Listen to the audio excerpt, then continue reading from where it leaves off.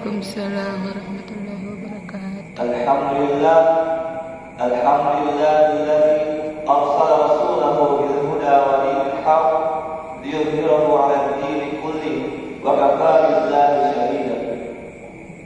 Asyhadu an la ilaha illallah wahdahu la syarika lah wa asyhadu anna Muhammadan 'abduhu wa rasuluhu la nabiyya ba'dahu, amma ba'd. Yang pertama-tama dan yang paling utama, marilah kita panjatkan puja dan puji syukur kita kehadirat Allah Subhanahu wa taala yang di mana telah memberikan kita begitu banyak kenikmatannya. Di antaranya nikmat kesehatan. Alhamdulillah, kita masih diberikan nikmat kesehatannya. Kita masih diberikan kesehatan secara gratis. Apabila kita sudah masuk rumah sakit, kesehatan itu sudah berbayar. Alhamdulillah, kita masih diberikan udara yang gratis oleh Allah Subhanahu wa taala. Maka dari itu kita harus mensyukuri nikmat ini. Dan yang kedua, nikmat kesempatan. Alhamdulillah, kita masih diberikan oleh Allah Subhanahu wa taala kesempatan berada di tengah-tengah masjid yang tercinta ini. Alhamdulillah, kita masih diberikan oleh Allah Subhanahu wa taala melakukan salat berjamaah salat Isya dan agar disusul oleh salat Maghrib berjamaah. Dan yang ketiga, nikmat iman dan Islam.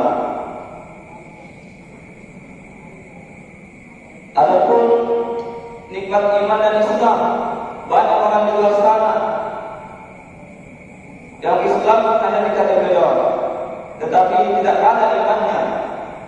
Tapi kita alhamdulillah masih ada sedikit keimanan yang diberikan oleh Allah Subhanahu wa taala. Salawat serta salam telah kita curahkan kepada baginda Nabiullah Muhammad sallallahu alaihi wasallam, di mana beliau rela meninggalkan keluarganya, rela meninggalkan sahabatnya, rela bertumpah darah di medan perang. Demi apa jemaah? Demi menegakkan kalimat la ilaha illallah Muhammadur Rasulullah. Pada bulan Ramadan ini Allah Subhanahu wa taala memuliakan bulan Ramadan sebagai bulan yang paling utama. Sebab di dalamnya diturunkan Al-Quran. Diturunkan Al-Quran sebagai petunjuk dan penjelasan terhadap umat manusia, serta berbeda antara mana yang hak dan mana yang batil. Dalam firman Allah Subhanahu wa taala, Quran surah Al-Baqarah ayat 185. A'udzu billahi minasyaitonir rajim. Bismillahirrahmanirrahim. Syahrul Ramadan alladzi unzila fihi al-Qur'an hudan lin-nasi wa bayyinatin minal huda wal furqan. Pada bulan Ramadan diturunkannya Al-Quran untuk sebagai petunjuk dan penjelasan terhadap petunjuk, serta berbeda antara yang hak dan yang batil. Quran surah Al-Baqarah ayat 185. Ibnu Katsir rahimahullah menjelaskan, Allah telah memuliakan bulan Ramadan sebagai memilihnya untuk diturunkannya Al-Quran. Oleh sebab itu Bapak Ibu, oleh sebab itu ibu-ibu, adik-adik, bulan Ramadan disebut dengan bulan Al-Quran. Jamaah salat tarawih yang dimuliakan Allah Subhanahu wa taala. Pada bulan yang penuh berkah ini, kita sebagai umat muslim dianjurkan untuk memperbanyak mendekati Allah dan memperbanyak membaca Al-Quran dan mengkaji Al-Quran. Nabi sallallahu alaihi wasallam mengkaji Al-Quran bersama malaikat Jibril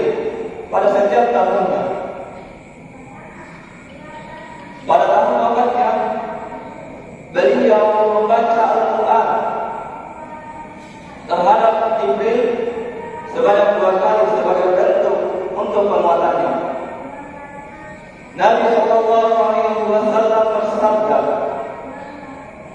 siapa akan dikatakan pengemban Al-Quran, bacalah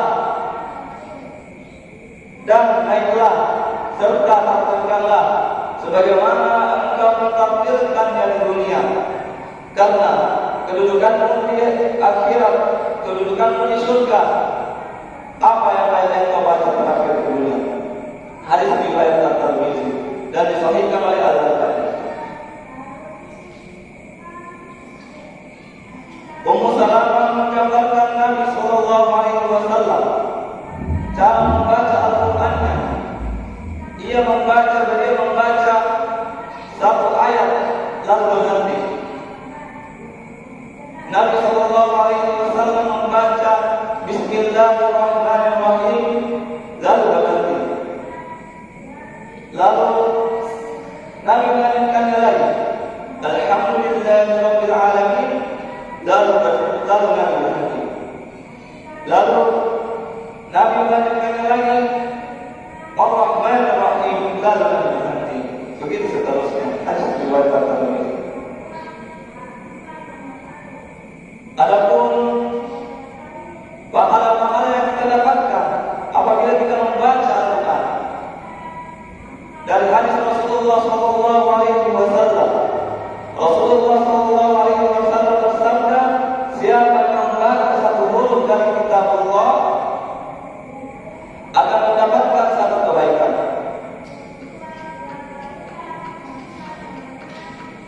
Aku tidak mengatakan satu alif lam mim itu satu huruf, namun akan tetapi alif itu satu huruf dan lam itu satu huruf dan mim itu satu huruf. Masya Allah, kita hanya alif lam mim kita baca sudah mendapatkan 3 huruf.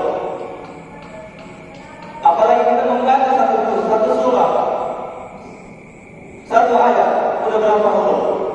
Dan setiap satu hurufnya itu akan kita lipatkan 10 kebaikan. Misal tadi alif lam mim itu, alif itu satu huruf, lam itu satu huruf, dan mim itu satu huruf. Allah melipat 10 kali lipatkan satu kebaikan tersebut menjadi 10 kali lipat. Dari 3 huruf itu sudah menjadi 300 kebaikan. Sebanyak apapun dosa kita, setinggi gunung, seluruh lautan, akan diampuni oleh Allah Subhanahu Wa Taala, kecuali satu dosa yang tidak akan diampuni oleh Allah Subhanahu Wa Taala. Yaitu ada sebuah tips agar kita dapat mengamalkan Al-Quran di bulan Ramadan ini. Yang pertama, untuk mengatakan 5 kali dalam sebulan Ramadan ini. Kita bisa membaca setiap waktu sholat wajib, sholat fardu. Untuk yang 15 juz ini sama dengan 5 kali khatam. Kita dapat bisa membaca subuh 2 juz, zuhur 2 juz, dan asar 2 juz, maghrib 2 juz, dan isya 2 juz. Ada pula untuk satu kali satu khatam. Untuk bulan Ramadan ini kita bisa juga membagi 5-nya.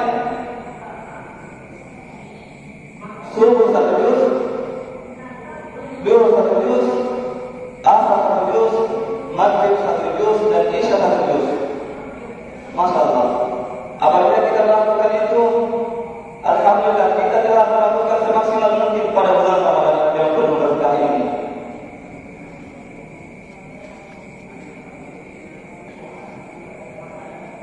Bulan Ramadan, bulan yang sangat dicintai oleh Allah Subhanahu Wa Taala,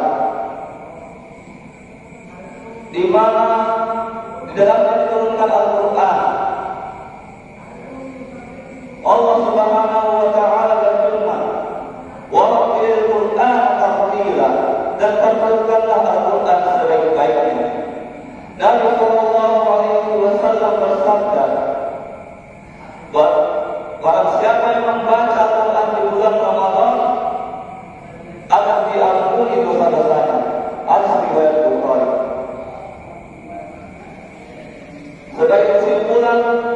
bersama kami malam ini.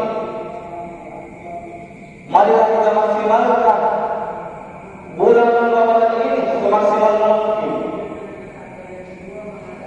Kita tidak tahu ajal kapan kita menjemput. Bisa jadi kita tidak dapat mendapatkan bulan Ramadan tahun depan. Ada mendapatkan tua dan muda. Semua apabila Allah berkehendak, maka itu yang terjadi. Maka ibu adik-adik maksimalkan bulan Ramadan dan membaca Al-Quran.